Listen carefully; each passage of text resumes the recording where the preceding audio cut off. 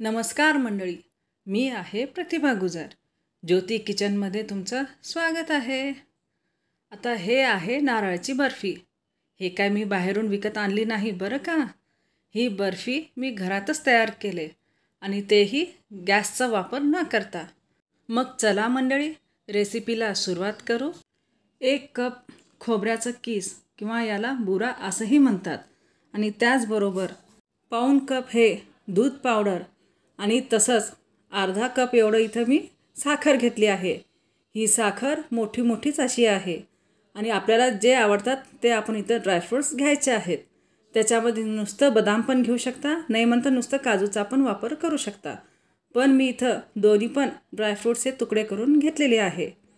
आता एका मिक्सरच्या भांड्यामध्ये आपल्याला 1 कप खोबऱ्याचा बुरादा, तसंच मिल्क पावडर आणि साखर, त्याचबरोबर 2-3 विलायची एवढंच हे विलायचीचं पूड घालून एकदम बारीक असं वाटून घ्यायचं आहे. आणि इथं आपण पाहू शकता एकदम बारीक असं मी हे सगळंच मिक्सर इथं केलेले आहे. जेवढं होईल तेवढं एकदम बारीक आपल्याला इथं वाटायचं आहे. आता हे सगळंच मिश्रण मी एका भांड्यामध्ये इथं काढणार आहे आणि आपण पाहू शकता आता सगळंच मिश्रण आपल्याला एका भांड्यामध्ये काढून घ्यायचं आहे. आणि त्याच्यामध्ये मी इथं हे रोज इमर्शल पाव चमचा एवढं इथं घातलेली आहे. आणि हे भिजवण्यासाठी सुरुवातीला मी इथं 2 चमचे एवढंच दूध घातलेली आहे. आणि दुधाचा वापर आपल्याला एकदम कमी असं करत हळूहळू असं हे सगळंच मळून घ्यायचं आहे. कारण काय म्हणलं तर आपण याच्यामध्ये साखर घातलेली असते आणि किंचित जर दूध आपण जास्त वापरलो तर साखर पूर्ण मेल्ट होऊन हे सगळं सारण पातळ पडण्याची शक्यता असते. आता पाहिजे तसं मी इथं थोडं थोडं दूध घालून उंडा तयार केलेली आहे.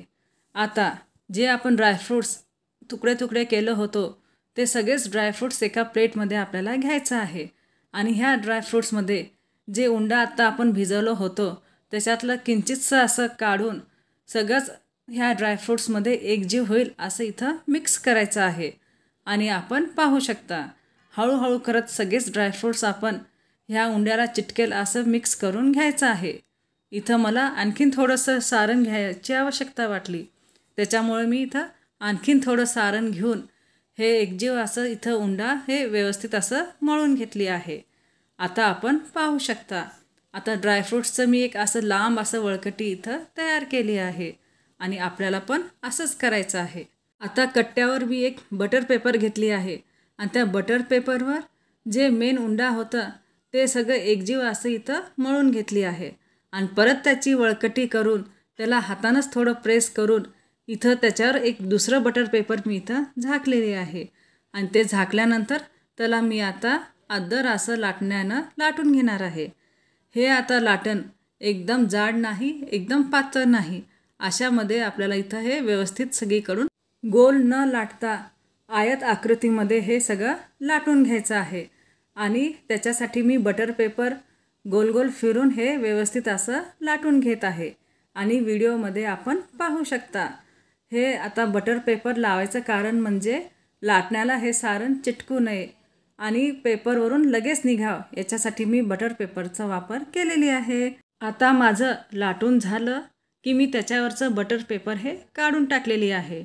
आणि आपल्याला आयत आकृतीमध्येच हे लाटायचं होतं, त्याच्यामुळे जे पण एक्स्ट्रा शेप आउट झालेलं मिश्रण आहे ते मी चाकूच्या साहाय्यानं सगळीकडून व्यवस्थित असं आकार देऊन परत हे उरलेलं सारण त्याच्यावरच वर खाली असं व्यवस्थित चिटकून घेत आहे. आणि जेणेकरून मला हे आयताकृती हे व्यवस्थित असं मिळेल.